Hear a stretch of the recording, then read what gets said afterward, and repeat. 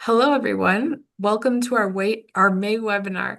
Today, we welcome Dr. Laura Del Puerto, who will be presenting her research on environmental management practices in Uruguay. Before we get started, even as we are meeting in a virtual platform, we would like to acknowledge the importance of the land on which we are living. From coast to coast, we respectfully acknowledge the ancestral and unceded territory of the Inuit, Métis, and First Nations people who call this land home. And now in Spanish, hola a todos y todas, bienvenidos al webinar de mayo, donde contaremos con la ponencia de la doctora Laura del Puerto, quien nos presentará su investigación sobre el manejo ambiental en Uruguay. Antes de comenzar, mientras se van uniendo los participantes a la reunión virtual, nos gustaría reconocer la importancia de la tierra que cada uno consideramos y llamamos hogar. De costa a costa, reconocemos con humildad y agradecimiento el territorio ancestral y eterno perteneciente al pueblo Inuit, Métis y Primeras Naciones cuyo hogar es esta tierra. Ahora le paso la palabra a mi compañera Patricia, quien presentará a nuestra invitada. Gracias, Julia. Gracias, Laura, por aceptar la invitación y tenerte aquí en el class. Esta va a ser nuestra última charla del año y el próximo año, pues bueno, volveremos con más. La doctora Laura del Puerto es licenciada en Ciencias Antropológicas con especialización en Arqueología, magíster y doctorada en Ciencias Biológicas en la subárea Ecología, Paleoecología. La formación interdisciplinaria de Laura responde al interés en el estudio de las distintas formas de interrelación humano-ambiental en profundidad temporal, en cuyo marco ha desarrollado distintas líneas de investigación dentro de la ecología histórica, la geoarqueología y la paleoecología. Actualmente es profesora adjunta del Departamento de Sistemas Agrarios y Paisajes Culturales del Centro Universitario Regional del Este de la Universidad de la República de Uruguay, donde desarrolla actividades de investigadora, docencia y extensión vinculada a la caracterización y puesta en valor de paisajes bioculturales y a la gestión sostenible de sistemas agrarios. Es investigadora activa y docente del programa PDCIVA, Geociencias y del Sistema Nacional de Investigaciones de la Agencia Nacional de Investigación e Innovación, integrante del Grupo de Estudios Fitolíticos aplicado al Cono Sur y coordinadora por Uruguay del Grupo de Estudios Geoarqueológicos de América Latina. Bienvenida, Laura, y te paso la palabra. Bueno, muchas gracias. Buenas tardes a todas y todos y a los que se sumen después y vean la charla en diferido también. Es un gusto, muchas gracias por la invitación. Siempre es un placer tener la ocasión de compartir lo que hacemos en este rinconcito de América del Sur. Bueno, generalmente no es de lo que más se escucha, así que para nosotros es un placer siempre tener la posibilidad de compartir lo que hacemos, lo que nos gusta y lo que nos apasiona también.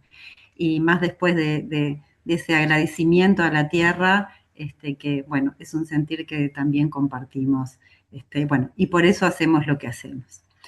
Así que voy a compartir pantalla, recién lo pude hacer, así que supongo que me va a salir bien.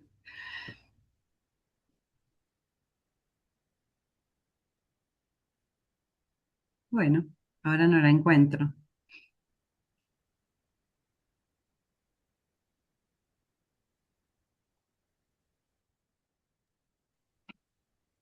¿Por qué no encuentro la pantalla ahora?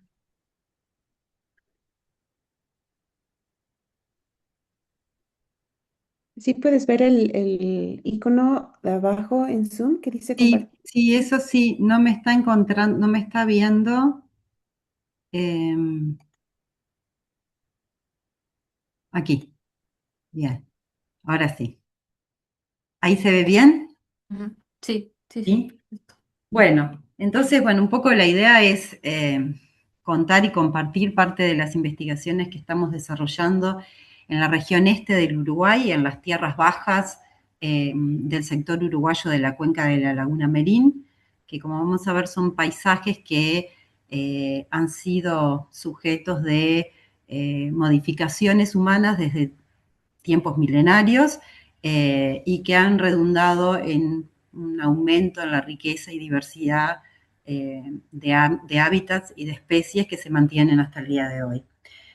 Por eso, en parte, hablamos de prácticas de cultivar paisajes, porque bueno, eso que se ve ahí en la imagen, de hecho son estructuras monticulares conocidas como cerritos de indios, sobre las que crecen estos bosques tan particulares que se ven también a la distancia en la imagen y que son parte central de las líneas de investigación que estamos desarrollando en la actualidad.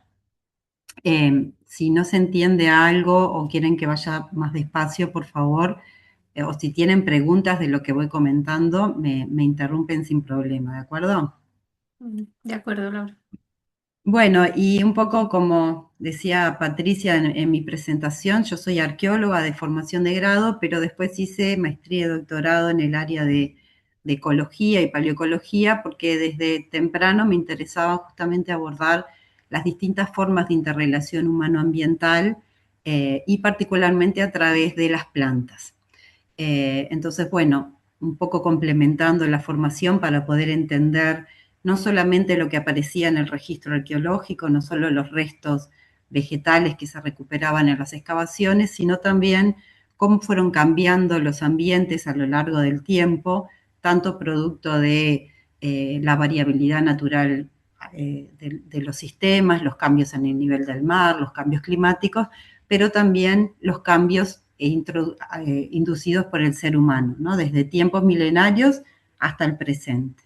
Y bueno, integrando en ese abordaje y en estos intereses también la parte ecológica y botánica para comprender cómo es la composición actual de esos sistemas, cuánto hay de natural o no tan natural y cómo el ser humano ha ido interviniendo y modificando estos sistemas hasta la actualidad.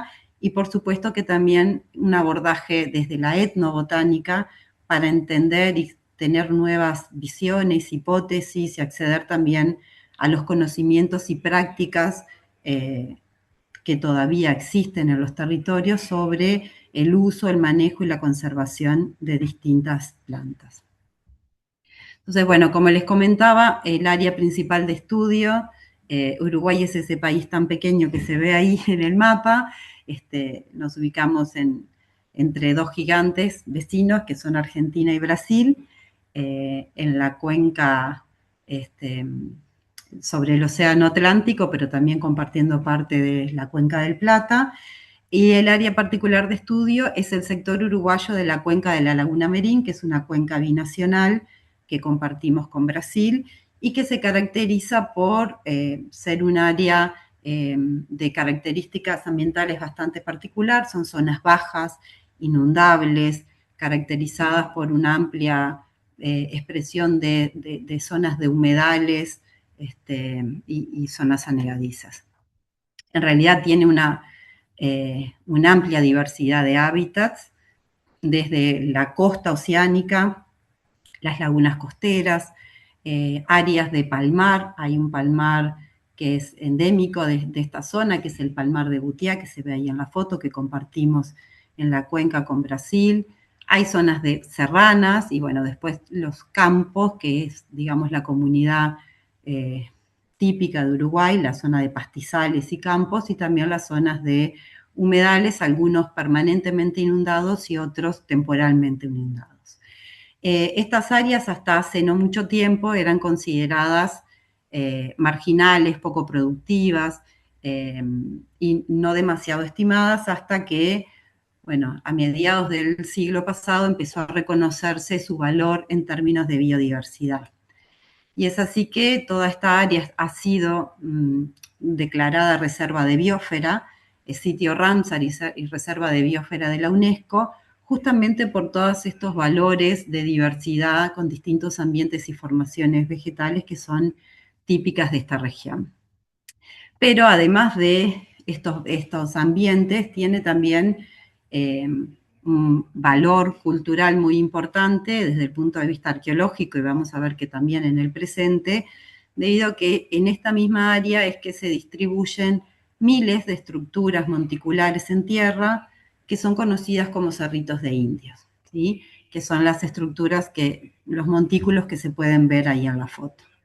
Estos montículos comparten en su distribución las áreas de humedales, no solo en el este del Uruguay, también en otros sectores de tierras bajas del Uruguay, obviamente que continúan en el sector uruguayo de la cuenca y son bastante similares a otras manifestaciones de este tipo que ocurren en las tierras bajas de toda América. Y que son manifestaciones actuales de un proceso de antropización del ambiente, del medio, que se retrotrae al Holoceno medio. ¿Sí? Bueno, yo no voy a hablar mucho de la especificidad de la arqueología de Cerritos, pero si hay preguntas, con todo gusto podemos conversar sobre ello.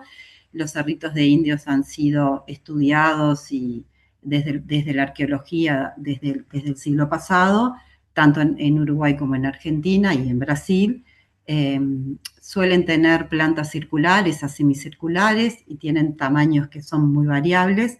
Puede haber de 1 metro de altura y hay algunos cerritos que tienen más de 7 metros de altura. Se pueden encontrar solos, pero más comúnmente se encuentran grupos, clústeres de cerritos que se distribuyen sobre todo en áreas vinculadas a los humedales. Quizás no dentro del humedal, pero sí bordeando el humedal y en zonas que son temporalmente anegadas. Comenzaron a ser construidos hace unos 5.500 años, por lo menos hasta las cronologías más antiguas, y su uso y construcción se mantuvo hasta el periodo de contacto europeo. Ahí hay un silencio arqueológico e histórico muy importante y no hay registros históricos escritos que se hayan encontrado que hagan referencia a las poblaciones que ocupaban, construían y utilizaban estos montículos. Entonces, bueno, por ahí la arqueología también, y a través de otras herramientas como la genética, está tratando de vincular a los constructores de cerritos con otras poblaciones indígenas que sí están más referidas en tiempos históricos. Hasta el día de hoy se han registrado más de 4.000 cerritos en el sector uruguayo de la cuenca, pero bueno, no quiere decir que sean todos los que hay, es un trabajo bastante arduo el tema de localizarlos y georreferenciarlos. Muchas áreas son poco accesibles porque estamos en zonas de humedales, no se accede con tanta facilidad, pero es una densidad bastante importante y en algunos sectores se concentran en grupos realmente muy numerosos de más de 50, 60 cerritos en poco espacio y conforman conjuntos bastante complejos y densos. Esto solamente porque, bueno, siempre queda la pregunta, la duda, ¿para qué y cómo se construyeron? Sabemos que no fueron construidos en una única etapa, que a veces pasan cientos o a veces hasta miles de años desde que comienzan a ser construidos hasta su finalización. O sea, es una construcción progresiva a lo largo del tiempo. Tienen una historia compleja de uso, de mantenimiento, que llega hasta tiempos históricos porque muchos pobladores recientes y actuales del medio rural todavía habitan sobre estas estructuras o las usan con fines productivos. Fueron construidos con una combinación bastante particular de materiales. Hay tierra de los suelos circundantes, hay restos quemados de termiteros y hormigueros que le dan mucho soporte a la construcción de la estructura. Hay restos, muchas veces quemados también, de los propios desechos de la vida doméstica y cotidiana, huesos quemados, restos vegetales,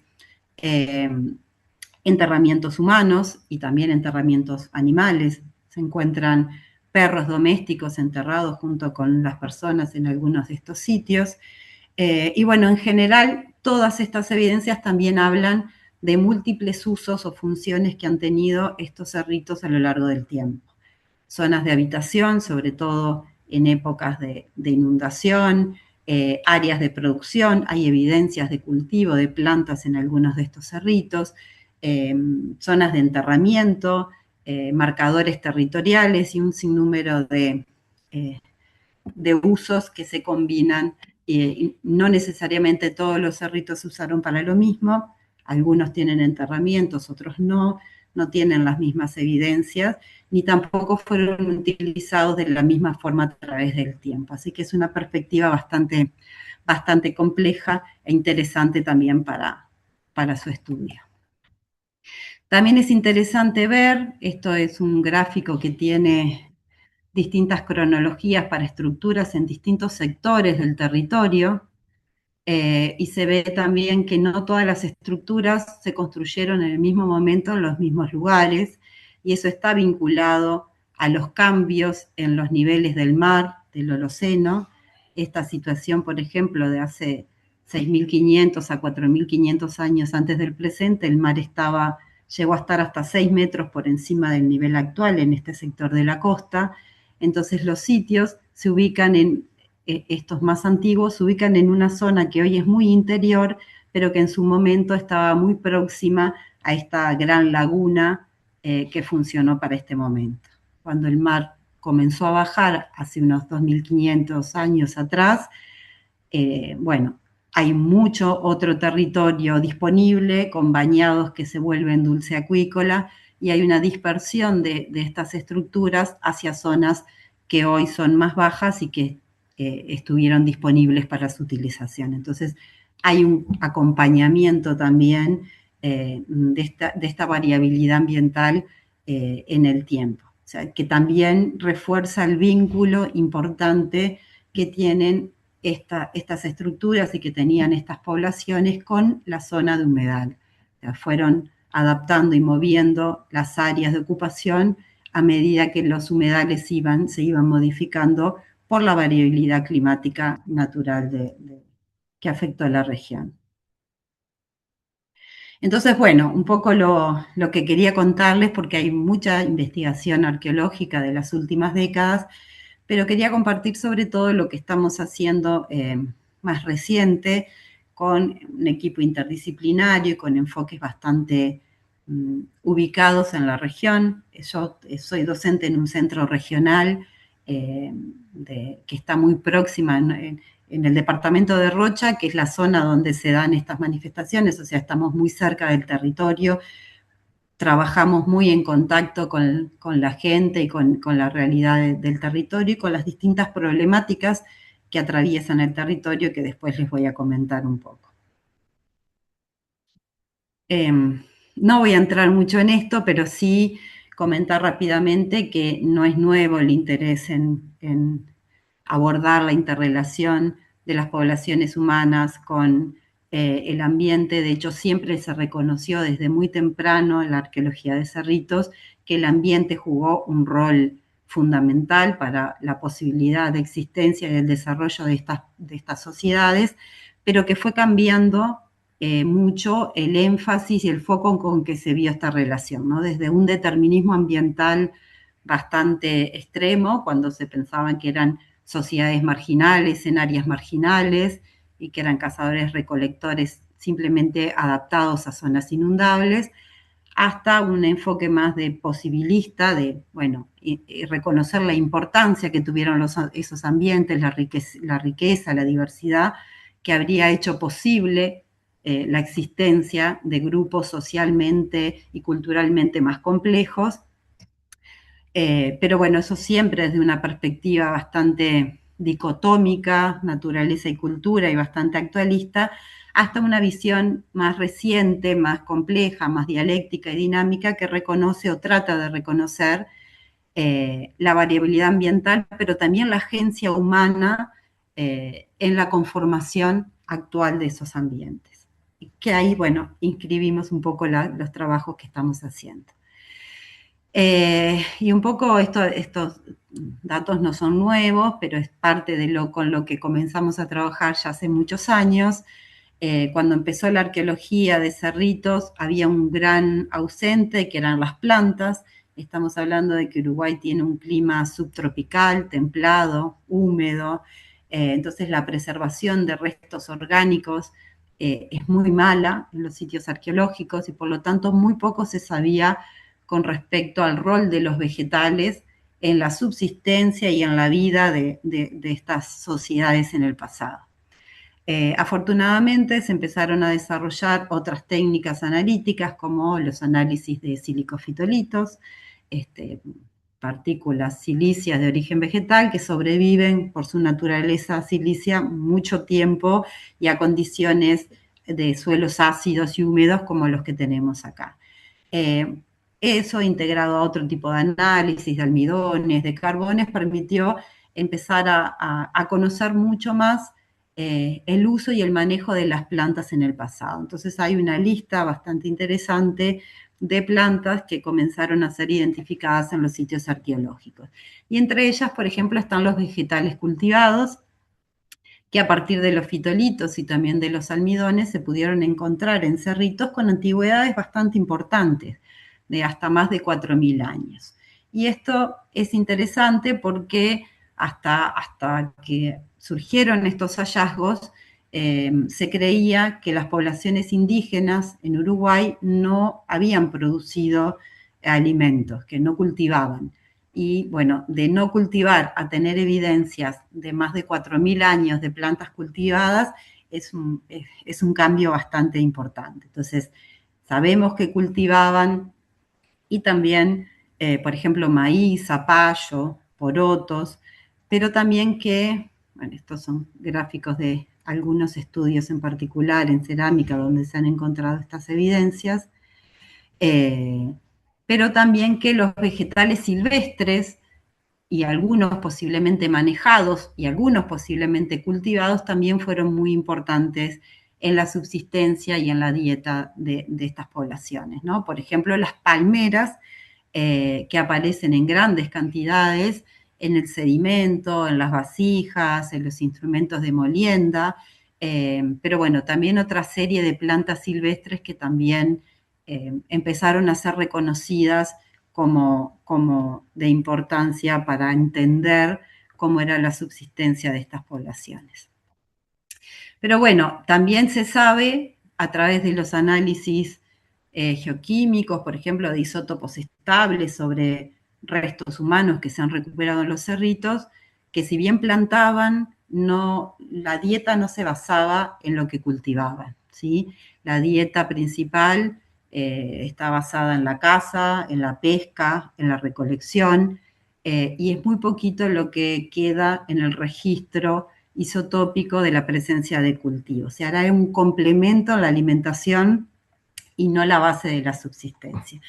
A partir de ahí se empezó a entender que eran sociedades con economías mixtas o de término medio, como se llama ahora, que integraban distintos elementos, aprovechando también al máximo todos los recursos, todos los que brindaba esa diversidad de ambientes conexos que tiene la región, ¿no? Desde el ambiente serrano hasta la costa oceánica, pasando por las lagunas, los humedales, los palmares, se hacía un uso integral de todos los ambientes y se complementaba con el producto del cultivo.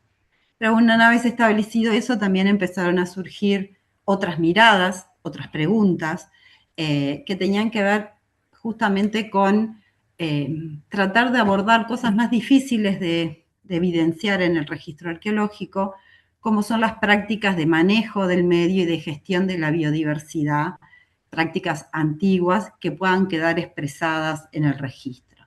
Y eso lo abordamos principalmente, no exclusivamente, por un par de líneas de trabajo que de hecho están estrechamente conectadas.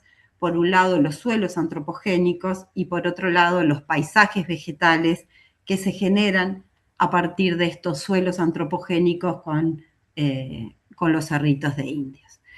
Y bueno, el análisis paleobotánico incluye los cerritos, pero también ambientes circundantes para poder hacer una caracterización más general. Y como siempre, lo ideal es poder integrar múltiples indicadores para tener un panorama más acabado, ¿no? Tanto de indicadores biológicos como indicadores geoquímicos, todo lo que se puede hacer para poder conocer un poquito más y acercarnos un poquito más a entender cómo funcionó este vínculo humano-ambiental a través del tiempo, recurrimos a ello. Entonces, bueno, una de las cosas que llamó mucho la atención cuando empezamos a trabajar en la caracterización de estos suelos que integran los cerritos, es que tienen valores de riqueza. Ay, se me fue. ¿Ahí están viendo? Sí, sí, vemos, Hola. sí. Ah, está, Sí, sí, está. sí, sí, vemos, sí. Me apareció un cartel y no sabía si seguía bien. Tienen valores de nutrientes, sobre todo de fósforo disponible, pero también de materia orgánica y de nitrógeno, que pueden llegar a ser 800 y hasta 1000 veces mayores a los suelos circundantes. Entonces, si un suelo de la región, un suelo debajo del cerrito cerca, tiene 4 partes por millón o 10 partes por millón de fósforo, un cerrito puede tener 800 o 1000 partes por millón. Y esas características las conserva miles de años después de haber sido generado ese suelo. Entonces, es toda una incógnita, pero también algo que interesa mucho, cómo se fabricaba ese suelo, cómo se hacía la combinación de materiales, pero también qué procedimientos se utilizaban, si era quema, cómo se combinaban los elementos para hacer que se complejizaran esos nutrientes y que pudieran permanecer y ser disponibles después de tanto tiempo. ¿Por qué es importante esto para hoy, para los desafíos que tenemos hoy de buscar formas alternativas, sustentables a las formas de producción? Porque acercarnos a conocer algo o a poder replicar algo mínimamente parecido permitiría, por ejemplo, prescindir del uso de fertilizantes artificiales que hay que todos los años estar aplicando en las prácticas de cultivo tradicional. Incluso la producción agroecológica, que utiliza fertilizantes naturales, también debe aplicarlos todos los años. Entonces genera un costo y hace que sea menos competitiva también para la producción. Entonces, parte de lo que estamos tratando de hacer es caracterizar estos suelos y entender e incluso experimentar para ver si se pueden replicar parte de sus características con fines también de la producción actual. Algo parecido tiene algunas características similares a las de las terras pretas, por ejemplo, de la Amazonía, solo que tienen forma monticular y en algunas características son un poquito distintas también. Y bueno, esta combinación de suelos muy fértiles, bien drenados, más porosos, sobreelevados, también genera que sobre muchos o la mayoría de estos cerritos crezca una vegetación diferente a la del entorno, ¿sí? Se pueden dividir fácilmente en imágenes satelitales, fotografías aéreas, porque se ven como islas de árboles en medio de la humedad, ¿sí? De hecho, la gente que habita hoy en el campo le llama islas, porque además cuando estos campos se inundan, lo único que queda por fuera del agua son estos cerritos con sus bosques. Entonces, bueno, esta generación de bosques en un área que no hay árboles, porque son suelos inundables de humedal, también llamó mucho la atención. De hecho, Uruguay tiene muy, muy poquitos bosques naturales. Es uno de los países de América Latina y el Caribe que tienen menor superficie de bosques, creo que es un 5% nada más de la superficie del territorio nacional, tiene bosques nativos, ¿no? La forestación con exótica sí cubre más, pero los bosques son realmente muy escasos. Entonces, entender estos bosques, conocerlos un poquito más, también fue parte de lo que nos interesó como para poder abordar no solo las prácticas antiguas, sino también las consecuencias actuales de estas prácticas sobre la riqueza y diversidad del territorio.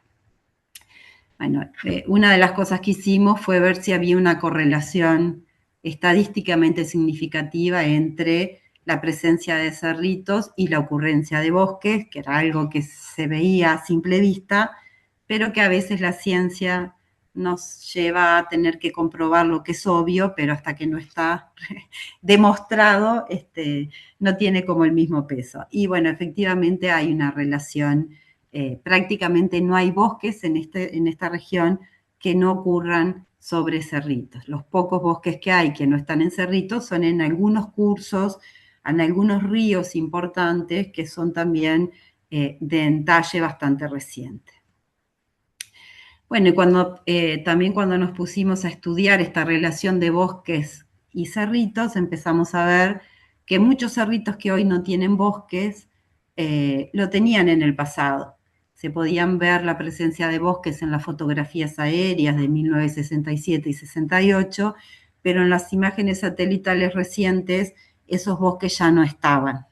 Y eso, en gran medida, si no en toda la medida, es producto de las prácticas actuales de uso del suelo, ¿no? Muchos de estos cerritos han sido arados o con mucha carga de ganado, esos bosques no se han regenerado, entonces ya se ha perdido mucha parte de esos bosques que caracterizan a los cerritos.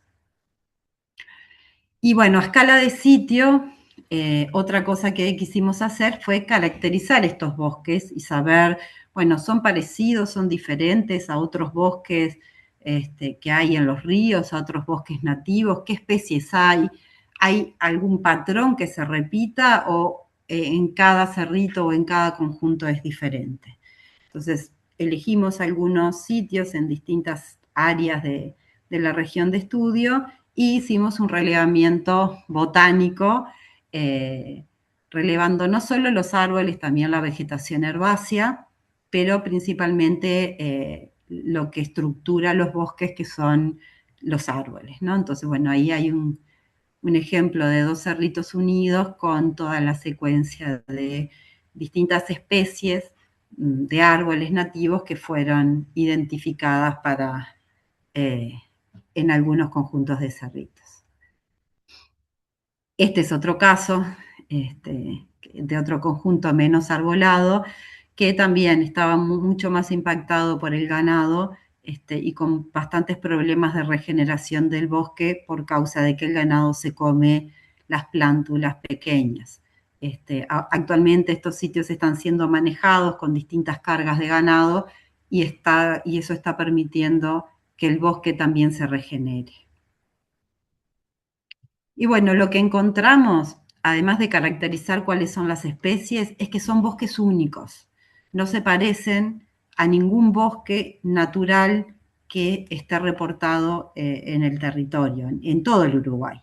Son bosques únicos, no porque tengan especies raras, sino porque la combinación de especies y la dominancia y la estructura es particular, es diferente. Entonces, incluso se podría proponer que es una categoría diferente de bosque que está asociada a estas estructuras, que son comunidades edáficas vinculadas a los cerritos de India.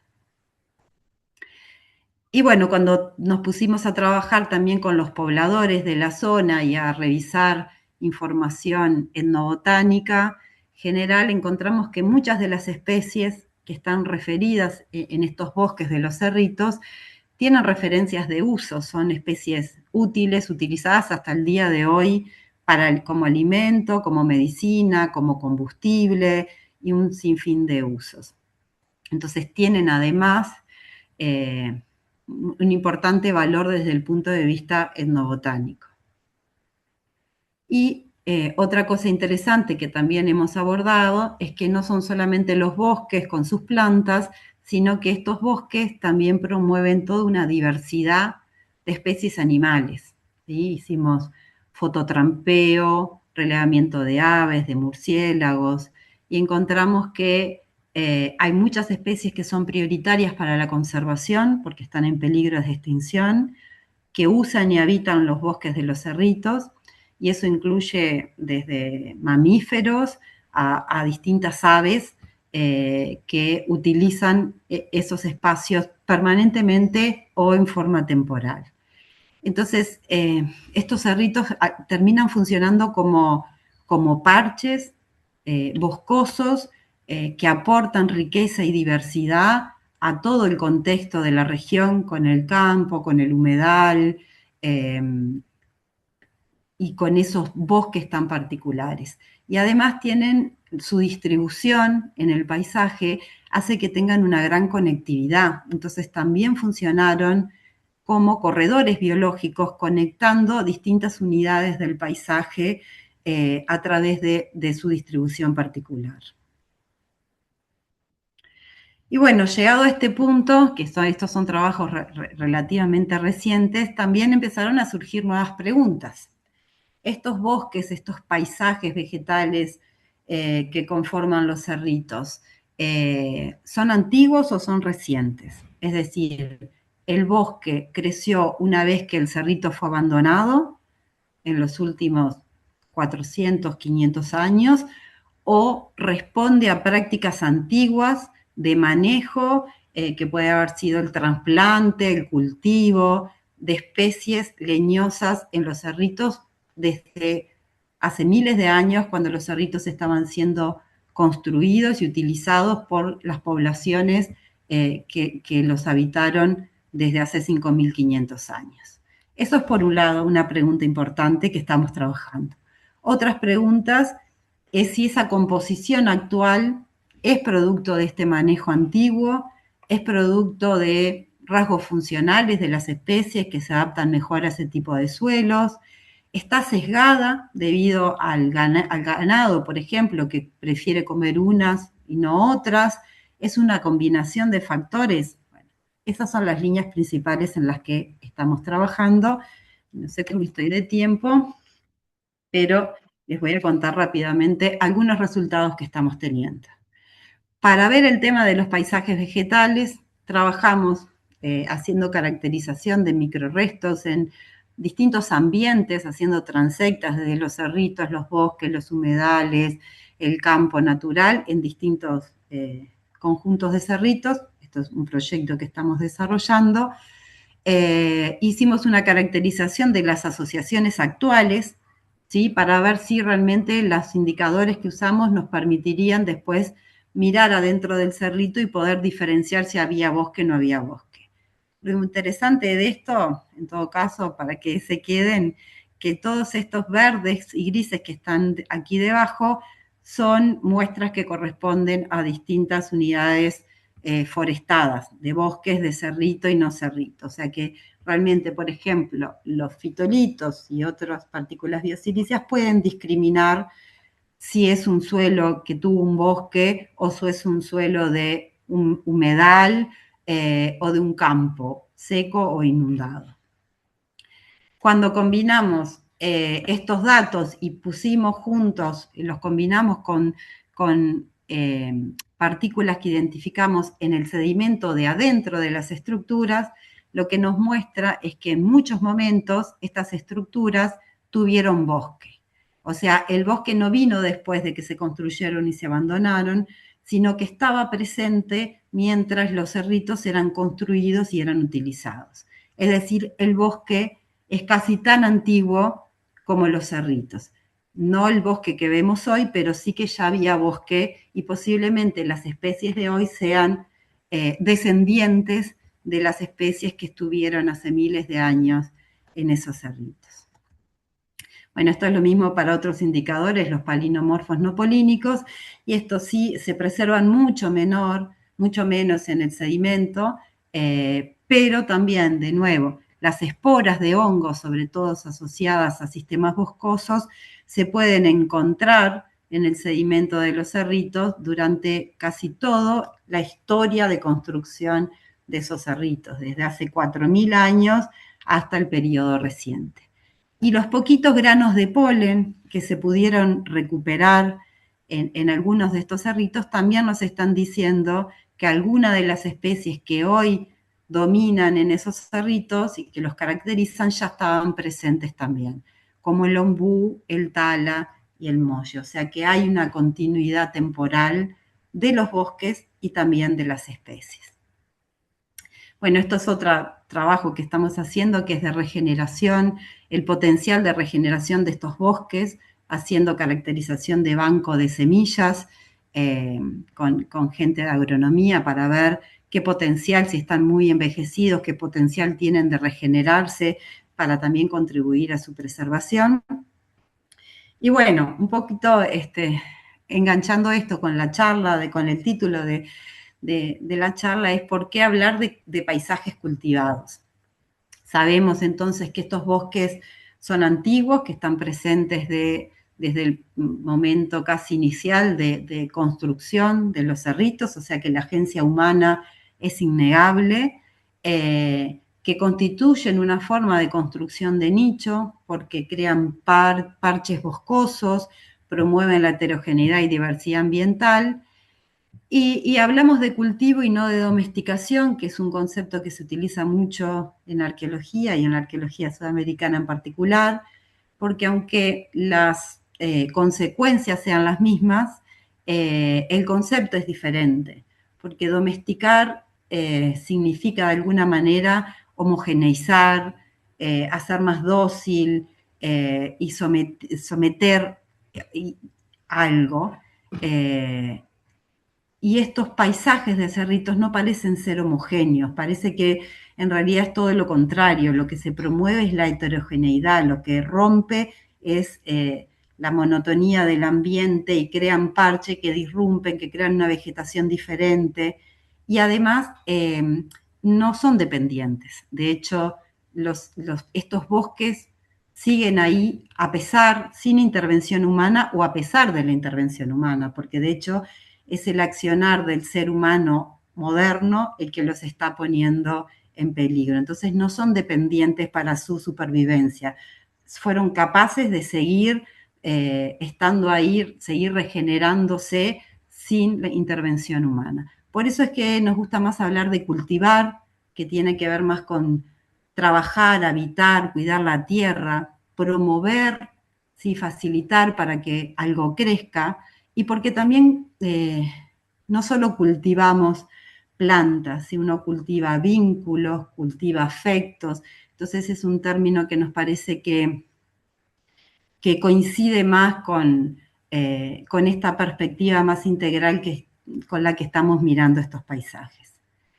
Y para terminar así muy rapidito, porque no todo es lindo, también tenemos muchos desafíos actuales, los procesos de antropización moderna son muy importantes. Lo que se ve en esa foto es un cerrito que solo le queda un ombú triste y hay maquinaria agrícola y todo alrededor es un campo arado. Esta es la situación de muchos cerritos en la región. Estas zonas inundables son muy apreciadas para el cultivo de arroz. Estos son, por ejemplo, las áreas de canalización artificial que se han desarrollado en la región, a pesar de ser reserva de biosfera, a pesar de todo el reconocimiento de la importancia de los humedales, la producción, el agronegocio es más fuerte y se están modificando muy seriamente los ambientes, no solo afectando los cerritos, afectando toda la biodiversidad y también la salud de la gente que habita en estos territorios por las formas de utilizar y también por la cantidad de productos químicos que se emplean para la producción. Y bueno, acá se ve un cerrito en medio de una plantación de arroz y esto fue un cerrito que ya no es, que fue arado y que ya directamente no sobrevivió. En otros casos quedan así, cuando son grandes, altos y tienen árboles, quedan rodeados por la producción del arroz, no los destruyen, pero quedan aislados, ahora sí, formando islas y perdiendo todo el entramado, el contexto del ambiente y también toda la conectividad. Entonces, bueno, hay una enorme pérdida de conectividad entre estos parches y corredores. Esto que se ve aquí en el horizonte son conjuntos de cerritos bordeando el área de producción de arroz. Hay una importante contaminación ambiental, hay erosión y pérdida de biodiversidad. Y eso además se acompaña con una desposesión y despoblamiento del campo y pérdida de los conocimientos locales y de los vínculos socioterritoriales. Y esto es fundamental porque la gente que ha habitado ahí tradicionalmente siempre cuidó, respetó estos lugares, también por esos vínculos que tenían con ellos. Entonces, estas pérdidas también de la población local, este desarraigo, está generando que sea campo tierra de nadie y que no haya quien guardiane estos sitios también. Bueno, estas son algunas denuncias que hemos hecho y trabajos también tratando de dar a luz, de poner en evidencia estas situaciones. Y bueno, también trabajos articulando con pobladores locales, con técnicos, con la sociedad en general, para que conozcan, protejan, valoren estos paisajes en su integralidad. Bueno, otros así también abordajes desde las visiones más del patrimonio para creando marcos colaborativos de manejo, que bueno, quedan ahí, si quieren, los pueden buscar y leer si les interesa. Y bueno, también para público general, una serie de documentales cortos que se pueden encontrar en YouTube, vinculadas a los cerritos, su biodiversidad, los suelos que los caracterizan y los proyectos que estamos desarrollando con los pobladores e instituciones locales que gestionan la tierra en esta zona, tratando también de promover su conservación integral.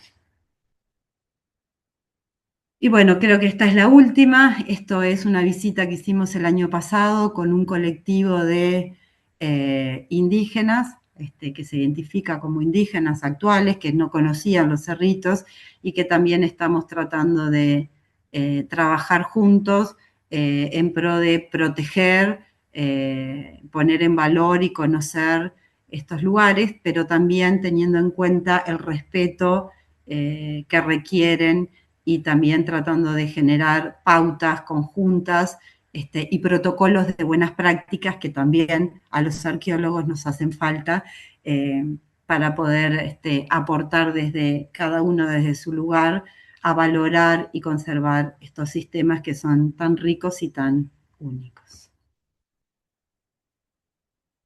Y eso es lo que traía para compartir con ustedes hoy.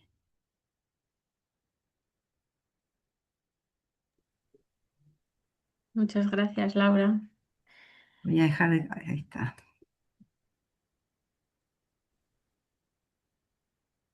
Espero que me hayan entendido. ¿Hablé muy rápido? No, no, ¿No? muy bien, muy interesante. La verdad que es una investigación muy, muy, muy interesante. Como no tenemos público, no sé si por el tema de de las preguntas, porque no se ha podido compartir en Facebook, ¿verdad, Julie? No. Bueno, pues entonces te pregunto yo y empiezo así. Bueno, Patricia, Pues, un momentito, es que sí, disculpe, debo irme porque tengo otra reunión, pues que empieza ahora. Pero Laura, una charla muy interesante y espero que podemos encontrarnos en otra reunión en persona. muchas sería muy gracias. lindo. Pero, chao, Bueno, everyone. gracias a ti. Gracias. Chao, chao. Gracias, Ariel. Chao. Bueno, pues mira, yo me interesaba mucho preguntarte sobre el tema de, o sea, como hablabas del manejo ambiental, o sea, ¿cómo habíais detectado, o sea, qué análisis habíais hecho para identificar, eh, digamos que si el Cerrito de Indias tiene una ocupación de largo tiempo, ¿no? O sea, desde mucho tiempo. O sea, ¿cómo habéis ido identificando las distintas capacidades del suelo? ¿No? Es decir, por ejemplo, cuando hablabas de que tenía unos niveles de fosfato o unos niveles de nitrógeno, ¿no?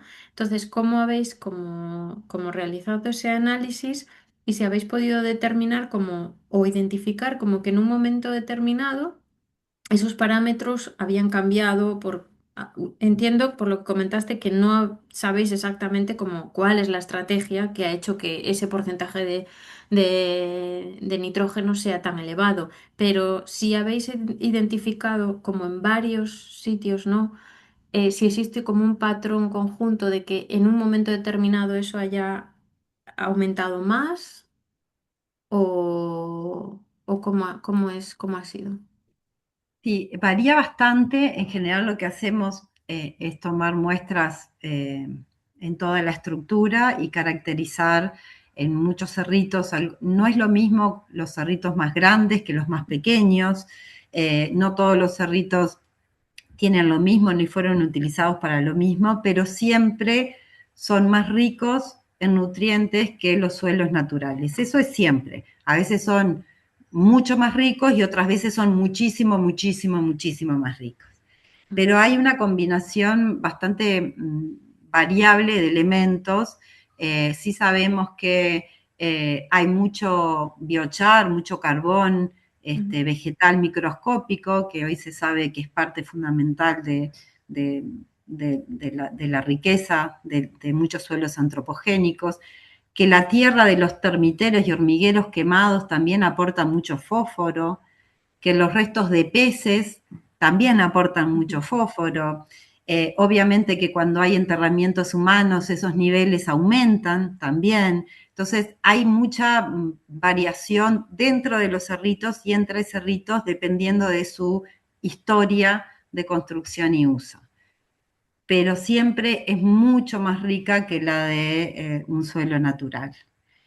Y incluso un suelo natural enseguida del cerrito, que eso es interesante porque nos está diciendo que esos nutrientes no se están lavando, sino tendría que haber un gradiente en el suelo de afuera y no hay, o sea, están ahí, no se lavan, no se van. Y de hecho la gente todavía los sigue utilizando algunos para plantar, tienen sus quintas sobre los cerritos, incluso los trabajadores del arroz cuando están en la zafra de trabajar en el arroz, que muchas veces tienen que acampar, plantan en las laderas de los cerritos y siguen plantando maíz, zapallo, poroto, igual que lo hacía la población indígena hace miles de años. Pero bueno, hay cosas que hay que seguir generando información. Sabemos muchos de los componentes, pero es como que uno tenga una receta donde tiene los ingredientes, pero no tiene cómo se combinan, ni qué va primero, ni qué va después, ni cuánto tiempo hay que ponerlo al horno. Esa es la parte que todavía no sabemos. Y de hecho tenemos ahora un proyecto que es con productores agroecológicos de aquí de la zona, para integrar esa información con los manejos que hacen ellos del suelo y empezar a hacer experimentos controlados. En eso estamos también trabajando ahora mismo en un proyecto interdisciplinario para hacer experimentación en suelos. Sí, muy Pero no es interesante. fácil, No, sí, sí, lo tiene sé. muchas variables. Sí, sí, lo sé porque yo también me dedico a ver un poco el tema de la agricultura antigua y claro, es muy complicado detectar pues cuál es el elemento de fertilización, ¿no? Que hace el cambio y cómo ha sido o cómo se ha introducido y qué otras variables que tal vez están más lejanas, ¿no? Como comentabas, ¿no? Que se sabe que los pescados aportan X nutrientes, entonces ¿era algo premeditado o era algo de que luego el consumo, o sea, como un poco como eso que comentabas, ¿no? Como el manejo ambiental, como siempre pensamos en ese determinismo ecológico y no pensamos tanto en cómo los humanos, o sea, la gente ha podido cambiar eso, pues me parecía muy interesante el tema de la, de las estrategias, ¿no? De identificar las estrategias para el uso, ¿no? O sea, para el enriquecimiento. ¿Mm? Sí, a mí eso es lo que me parece más fascinante, es lo más difícil porque Sí. hay muchas estrategias de manejo que son muy difíciles de evidenciar, pero porque son a veces producto de actividades domésticas, cotidianas, de pequeña intensidad y de pequeña escala, pero que practicadas a lo largo de miles de años te pueden modificar completamente un Ujú, ecosistema. O sea, ujú, si hubo prácticas de trasplante de plantas, el manejo del fuego es otra cosa que ujú, estamos abordando, porque también es una herramienta que se utiliza para modificar los ambientes, pero son todas cosas muy difíciles de evidenciar, pero no por eso menos interesantes, porque de hecho ahí está lo más desafiante. Ujú. Claro, sí, sí, sí. No sé si alguna queréis hacer alguna consulta. A mí me da curiosidad entender como la asociación o si saben como de esta relación que hay entre los grupos indígenas aledaños con este lugar, ¿no? O sea, qué tanto se distanciaron de estos lugares y qué tanto todavía existe esa relación con los grupos aledaños indígenas. Bueno, en realidad el distanciamiento es enorme. Uruguay tuvo una campaña muy exitosa, digamos, exitosa entre comillas, en épocas históricas de combate y exterminio de poblaciones nativas. De hecho, es muy reciente la aparición de colectivos que se identifiquen como indígenas y no tienen vínculos territoriales. Es gente que sabe o supo que sus abuelos, sus bisabuelos eran indígenas y que hoy están reivindicando esa identidad, pero que ya no habitan en los territorios, están dispersos por todo el territorio. Entonces es un proceso bastante desafiante para ellos también, porque mucha gente desacredita sus reivindicaciones porque fueron desconocidos durante mucho tiempo y ellos están ahora movilizándose para que reintegren algunos muertos que están en museos a los sitios o que no estén en exposición. Nosotros estamos acompañando esos procesos, pero hay mucha resistencia. Uruguay no ha ratificado el convenio de la OIT que reconoce la preexistencia de grupos indígenas. Entonces es toda una disputa que se está dando actualmente y también para nosotros desde la arqueología es nuevo que se acerquen colectivos a decirnos queremos trabajar en prácticas, buenas prácticas, no queremos que saquen más a nuestros muertos. Y esto está ocurriendo desde hace muy poco, es algo muy lindo, importante, pero también es todo un desafío. Claro. Y también cambiar también las bases de esa identidad. Hoy sabemos que en algunos lugares de Uruguay, un tercio de la población, a través de estudios genéticos, se ha demostrado que es descendiente de indígenas. Pero eso se negó y se ocultó durante mucho tiempo. Entonces, lo que se cortó fue la identidad y el vínculo cultural. Y recién ahora se está trabajando para recuperar parte de esa identidad. Perfecto, muchas gracias. Mm. Yo tengo una pregunta también. Bueno, en primer lugar, muchas gracias por la presentación fascinante. Y yo trabajo en Perú, así que no conocí mucho sobre la arqueología de Uruguay, así que aprendí mucho. Y me preguntaba sobre el tema de cómo se manufacturaban esos suelos tan ricos. Me preguntaba si existe algún dato etnohistórico o algunos archivos que podrían haber documentado algunas prácticas de las poblaciones que existían en esas áreas durante la invasión supongo, española, ¿no? En esa región. No sé si Ujú. los portugueses también, pero ya cualquier información sobre eso sería interesante. Sí, sería muy interesante, pero desafortunadamente no hay nada. Lo que sucede es que durante los primeros 2 siglos toda la exploración fue por la costa, no se fue territorio adentro porque lo que se estaba buscando eran vías de llegada al oro de las tierras altas, de Perú y demás. Entonces no hubo una exploración al interior del territorio. Recién cuando se introduce el ganado y aparece otra riqueza importante que son los pastizales con el ganado y hay disputas de España y Portugal para marcar territorio en esta zona, ahí es cuando se empieza a poblar. Pero ahí las poblaciones indígenas ya eran ecuestres, o sea, ya rápidamente adoptaron el caballo, ya hacían vaquerías, cazaban ganado, trabajaban para los jesuitas. Entonces hay como un gran quiebre. Hoy sabemos por la genética que muchos, que hay individuos que están enterrados en los cerritos, que se están emparentados con grupos históricos, pero que las descripciones que hay de esos grupos no tienen nada que ver con los cerritos, que eran ecuestres, que eran ganaderos, que eran guerreros. Fue un cambio muy grande en los modos de vida y hay 200 años de silencio. Entonces, no tenemos. En algunos cerritos se han encontrado cuentas de vidrio, balas de culebrín, que muestran que sí tuvieron algún tipo de contacto con los europeos, pero no hay ningún registro escrito que dé cuenta de ese contacto. Por lo menos que se haya encontrado.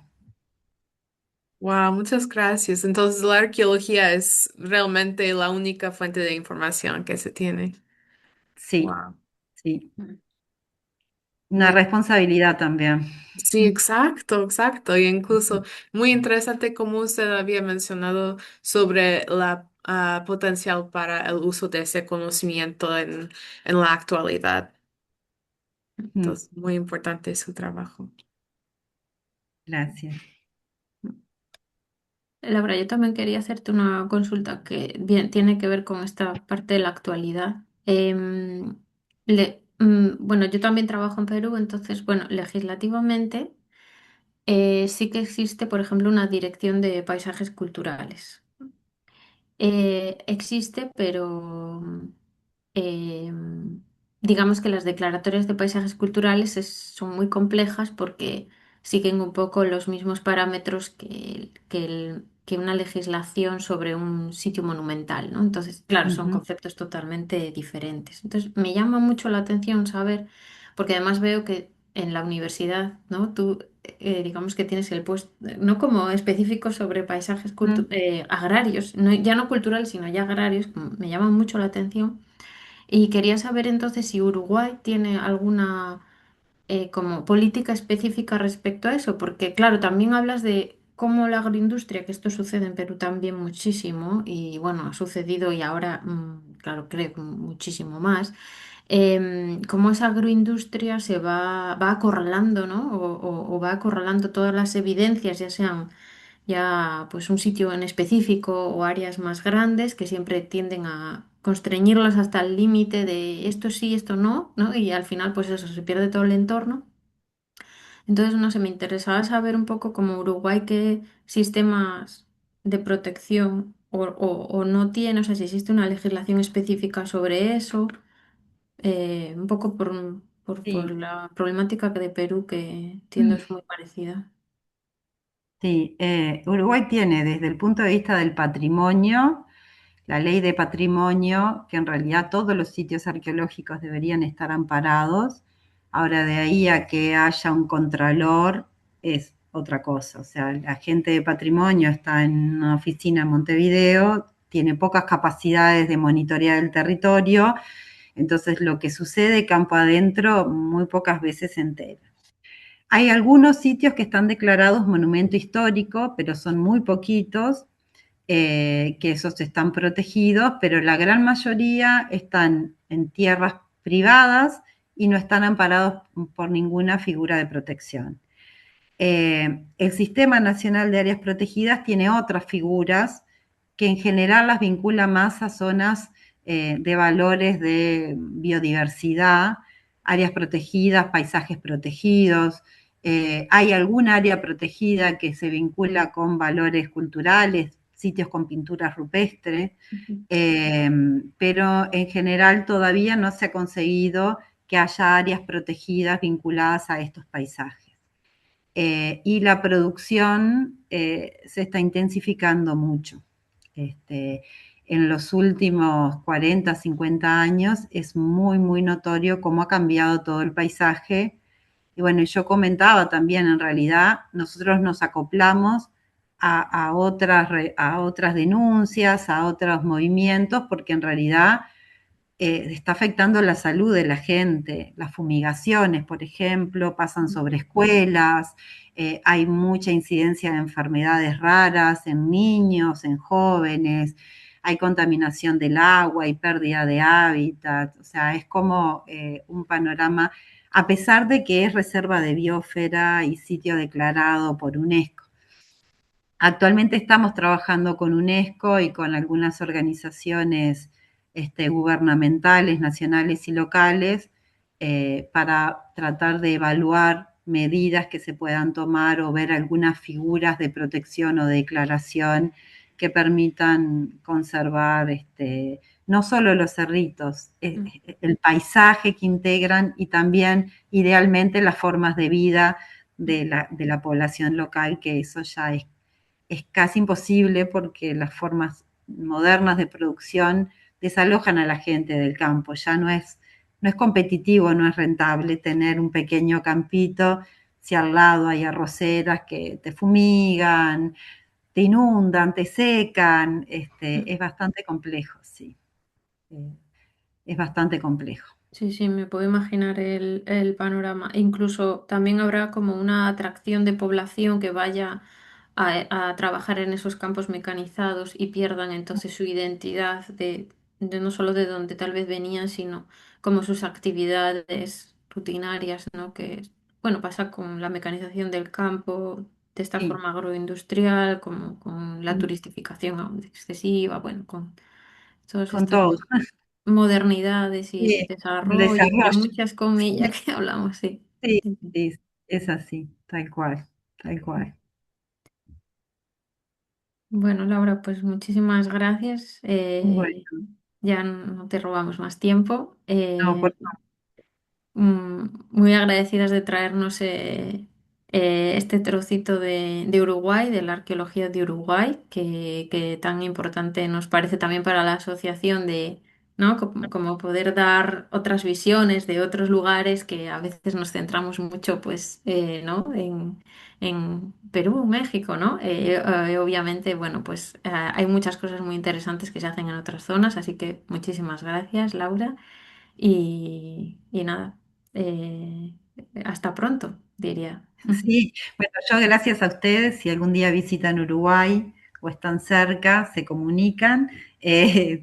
Yo de hecho ahora la semana que viene voy para México y creo que en agosto voy a Perú, pero que ya estoy con una agenda de actividades también académicas bastante apretadita, pero bueno, me encantaría algún día también que podamos compartir experiencias en campo aquí o donde Ujú, estén también.